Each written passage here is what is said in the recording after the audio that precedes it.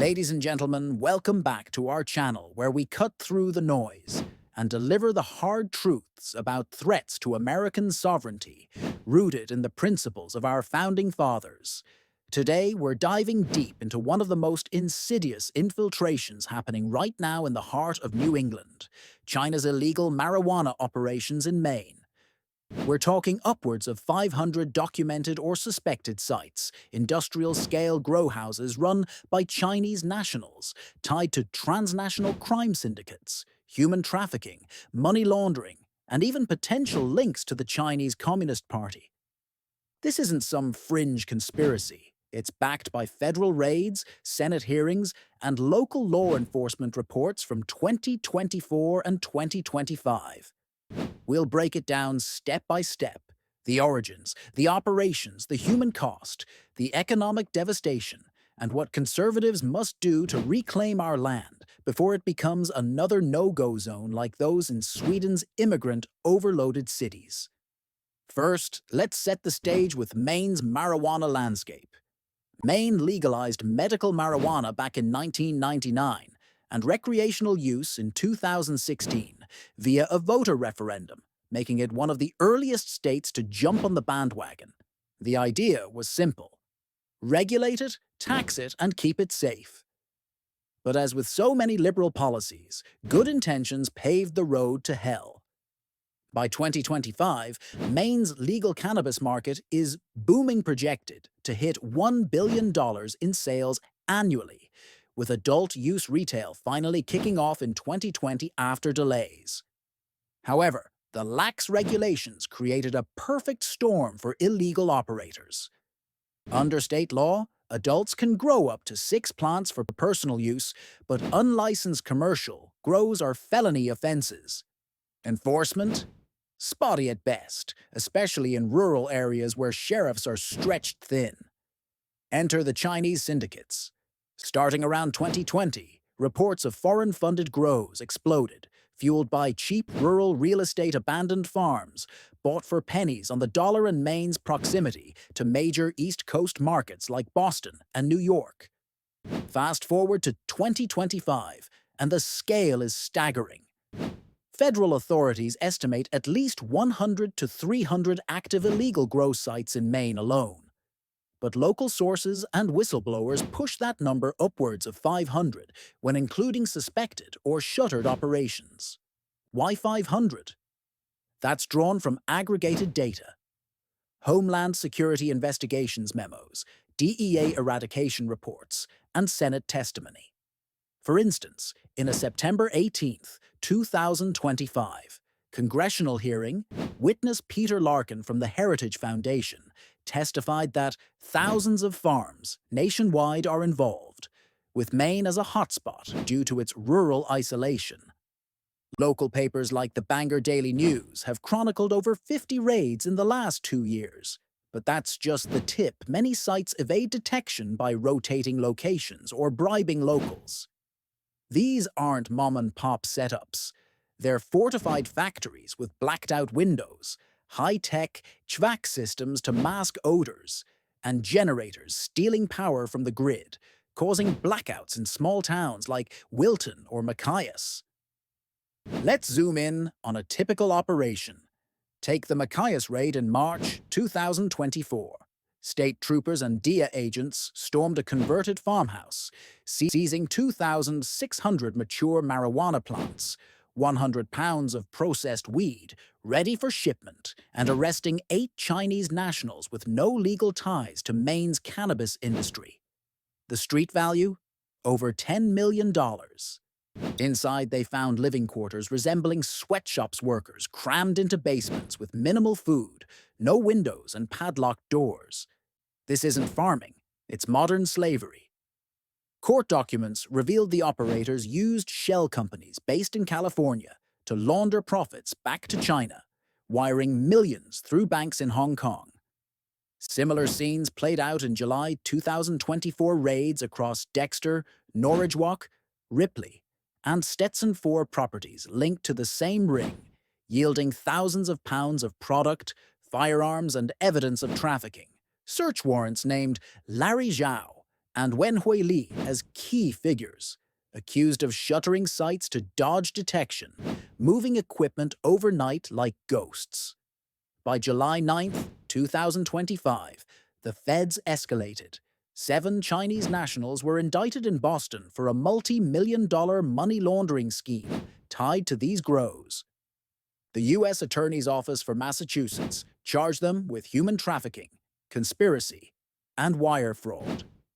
6 were arrested in coordinated raids. The 7th remains at large. Prosecutors allege the group funneled $50 million from Maine operations to overseas accounts, using cryptocurrency and hawala networks to evade tracking. This ring exploited vulnerable migrants, mostly from Fujian province in China, promising jobs but trapping them in debt bondage. Workers testified about 18-hour shifts, beatings for low yields, and threats to families back home. One victim, identified only as John Doe in affidavits, described being smuggled across the southern border, then transported north to Maine in vans, owing $30,000 in fees to smugglers.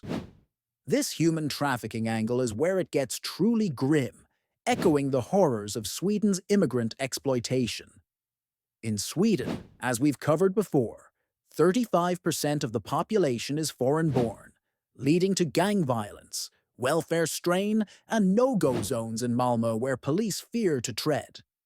Maine's grows mirror that. Trafficked workers live in squalor, isolated from society, fueling a parallel economy that drains local resources.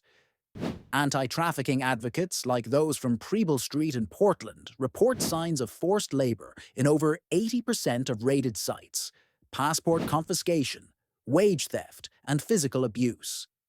A Central Maine article from August 12, 2024, titled Layers of Invisibility, detailed how these operations bear all the hallmarks of human trafficking.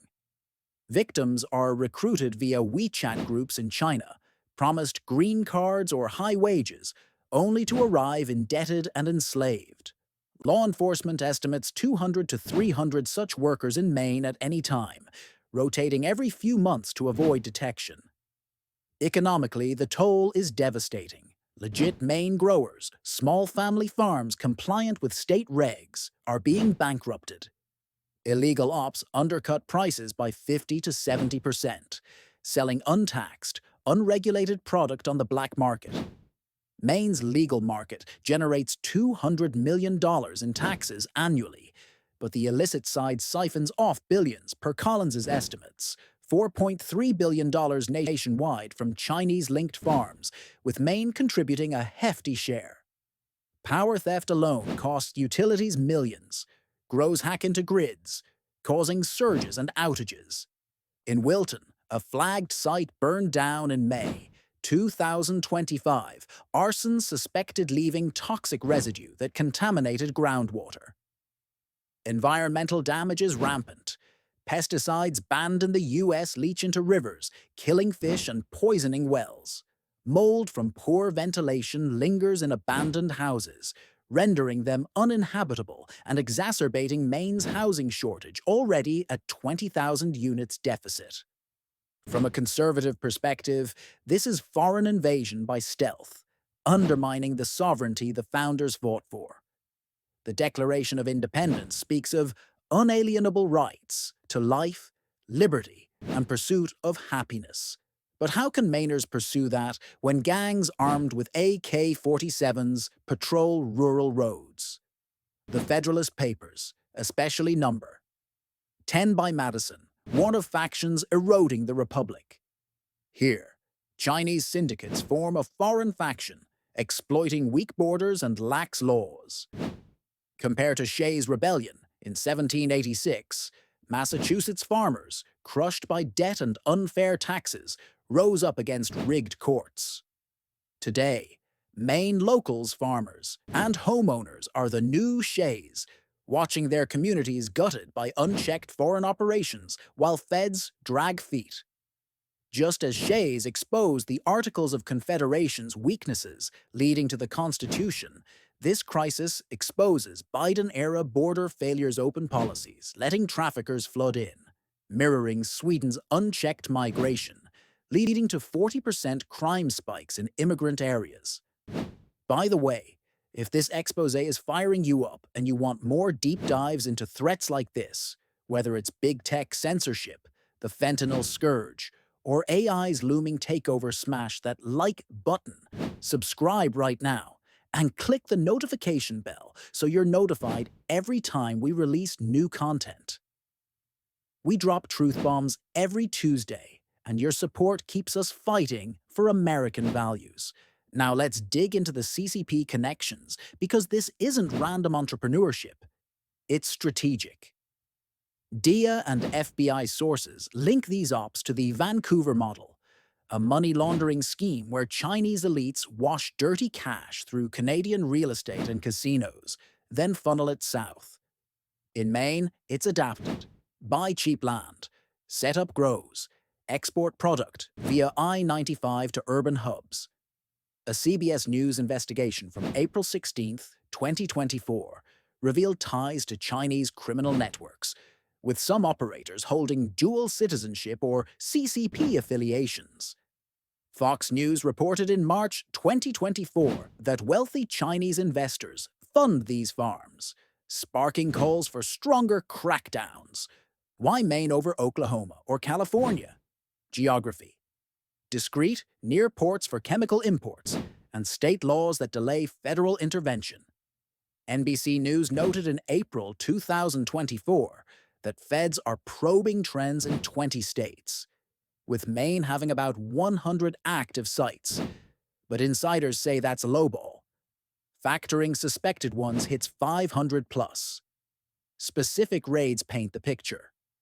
Take the Somerset County bust on April 1st, 2025. Sheriff's deputies, with DIA backup, hit sites in Skowhegan, Madison, St. Albans, and Fairfield. 15 arrests, mostly Chinese nationals, for illegal cultivation and trafficking. Seized thousands of plants, processed buds worth millions, firearms and ledgers showing wires to Beijing banks. Facebook post from the sheriff's office detailed the haul, noting human trafficking indicators like chain doors. Earlier, in November 2022, Wilton raid uncovered a massive facility drugs valued at over $1 million, plus evidence of interstate shipping. News Center Maine's March 19, 2024, piece highlighted worker testimonies. Grim reality behind closed doors, with migrants enduring abuse while producing high THC strains, mislabeled as hemp to exploit loopholes. The hemp loophole is a killer.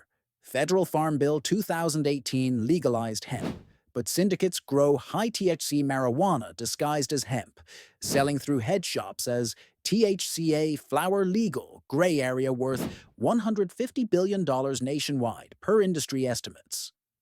Triad gangs dominate, lacing product with synthetics.